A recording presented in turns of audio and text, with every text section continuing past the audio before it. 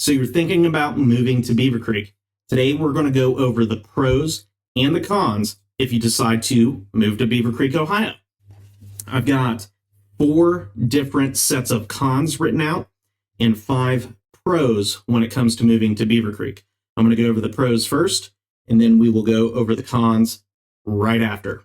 Before we go ahead and dive into those pros and cons, just some quick basic facts about Beavercreek. Fact number 1, there's a population just under 47,000 people in Beavercreek. It is a suburb of the city of Dayton. It is located just to the southeast of Dayton proper. When it comes to renting and owning, about 73% of the residents own their property, with about 23% of the population renting. And the last fact about Beavercreek, according to niche.com, it is the second best place to live in Greene County. Now getting into the pros of Beavercreek. First pro, the median home value is lower than the national average. The national average is $281,900, and the median home value right here in Beavercreek is $245,300. Now that isn't true for the renting portion. It's a tad bit higher than the national average.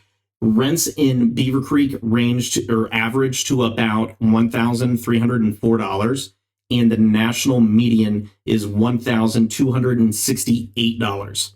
Pro number 2, proximity to highways. So when it comes to utilizing the highway systems in the Dayton area, Beavercreek is kind of sandwiched in between 675, which runs north to south, and 35, which runs east to west. The reason why that's a pro is because you're able to get anywhere pretty quickly, whether you're going up to Columbus, Cincinnati, Indianapolis, just another part of town. Everything is right there. Just getting to the north side of Beavercreek is made easier because there are access points to 675, both on the south side and the north side.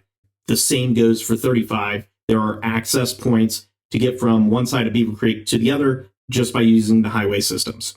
Pro number 3, proximity to downtown Dayton. So you can enjoy downtown Dayton without actually having to live there. From where I live in Beavercreek to downtown is a 10 to 15 minute drive, depending to what part of downtown I'm trying to get to. So you kind of get the best of both worlds. You get that suburban feel, but yet you can access downtown whenever you'd like. And don't forget, you also have access to Cincinnati and Columbus from Beavercreek, both of which are just about an hour away to their respective downtowns as well. And then if you want to really make a weekend trip out of it, you could even go to Indianapolis, which is only about 2 hours away from here in Beavercreek. So you have access to so many things, not just the Dayton downtown, but a lot of other cities nearby within an hour or two as well. Pro number 4, you get both a suburban feel, and there are still parts of Beavercreek that provide a very rural feel as well. In fact, my neighborhood actually butts up to a cow pasture. So it's pretty cool. But I don't know how much longer it's going to be that way, because one of the cons that we're going to be going over here in just a minute is the fact that Beavercreek is growing and we're seeing development all the time with new neighborhoods, and that hometown feel and a lot of that rural part of the Beavercreek vibe is starting to diminish. But it's not gone yet, and it's not going to go anytime soon, but eventually, maybe within the next decade, we will see some dramatic shifts in the way Beavercreek is looking as far as the perimeters of the city goes. Pro number 5 is the access you have to nature preserves and wildlife right here in Beavercreek. We have everything from wetlands to just traditional nature preserves like the Narrows that allow you to go on hikes. And like I mentioned, there's also the wildlife area as well, which is located right there within the wetlands. So if you are someone who likes to partake in hunting, you could do that right here within city limits in Beavercreek. Our last and final pro is the shopping that can be found right here in the Beavercreek area.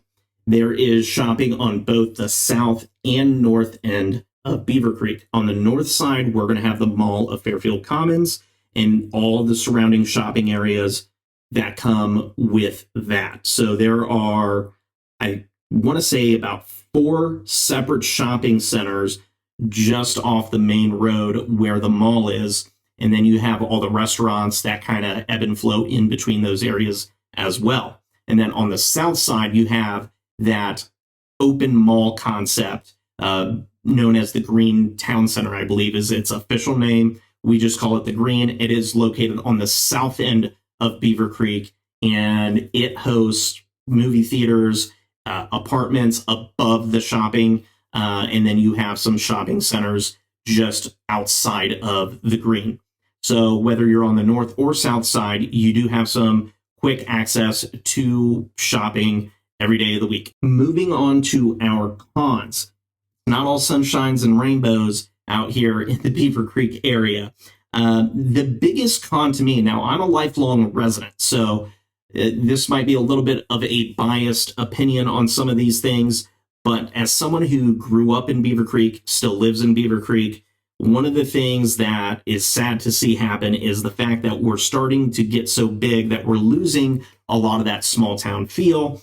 We're losing part of that rural community, and we are seeing lots of houses being built, which ultimately is good. The more houses that are out there for people to purchase or rent, it will ultimately keep the price of housing down. So it's a good thing, but it kind of stinks if you like that small town, more rural vibe.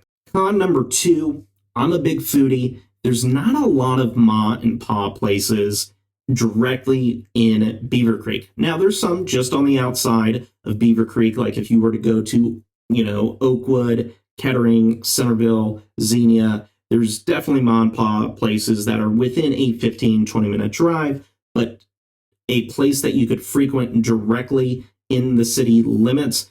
There are some, and there's some really good ones. One of my personal favorites is Cherry House Cafe, but there's just not a bunch to choose from, if you will. As someone who's a big foodie, that definitely makes my con list. That may not be so important to someone else, but if you are a big foodie, just know that directly right here in Beavercreek, there are not as many mom and pop places. They do exist, so I don't want to say they're non-existent. They're just maybe not as plentiful as you may like. Our next con here is somewhat similar in the fact that there's not a lot of high-end grocery stores. So if you like to get, specialty meats, organic, grass-fed, and you want to make sure it's all organic and to your standards, you have your basic chain grocery stores, but you don't have some of the nicer places like a Whole Foods. There is a Fresh Time on the north side of Beavercreek. There used to be one right here on the border, really in the Sugar Creek area as well. We lost that one. So if you're like me and you're on the south side, you got to travel a little bit further to get to a Whole Foods or to get to a Dorothy Lane Market. We just don't have that high-end grocery store that I would like to see within the city limits. Those are the 3 big cons that I came up with. I watched some of the other videos that are out there, and I know everybody harps on the weather, but if you're moving to the Midwest, yes, we have seasons. It gets cold. I don't know that that's a con, though. Move to Florida if you don't want snow, which we haven't even been getting a lot of. So from that perspective, I think when it comes to living in an area, I really thought about this list and thought about the things that I wish Beavercreek had, and that's how I was able to come up with my cons list. I do wish, I'm now thinking about it as I'm filming, I mentioned that there's a lot of nature preserves and that there's wildlife areas. So whether you want to go see the wildlife or hunt the wildlife, we have it here in Beavercreek. One thing I do wish we had more of is really nice, robust parks, for like children. My kids are now teenagers, so I wasn't really thinking about that. But if I was a younger family, we don't have as many. We have some really good ones. Shoot Park comes to mind. They have that huge slide. I remember it even as a kid, and that's a great park. And there's going to be a lot of changes right there across the street from Ankeny Middle School, all the way that entire cornfield or whatever it is going to be converted into a lot of different things. So we are going to start seeing some more pickleball courts. I think there's going to be a dog park. So there are things in the works. Beavercreek's what I would like to think of as a little bit more newer of a city. Kettering, Centerville, they were kind of developed probably a good 20 to 30 years earlier than Beavercreek when it comes to how quickly they expanded. So their parks are older, they got more resources than Beavercreek does. But the older Beavercreek gets, the more housing we put in, we are starting to see more.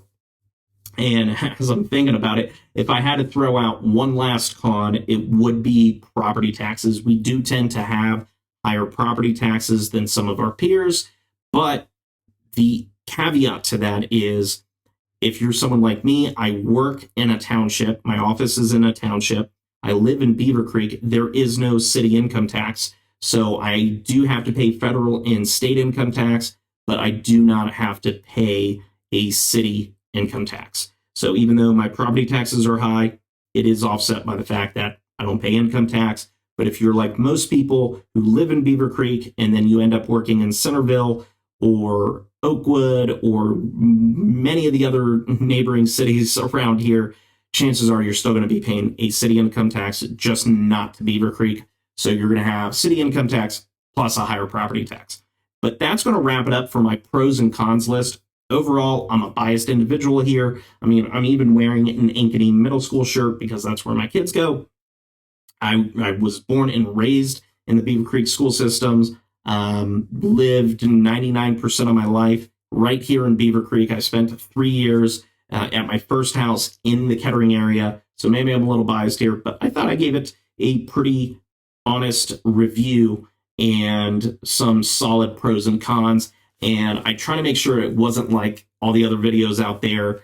And I really try to give it some thought. We're going to be doing some more of these. If there is a list of pros and cons you would like to see for any other specific city right here within the Miami Valley, let us know and we'll be doing our best to try to get that out there for you.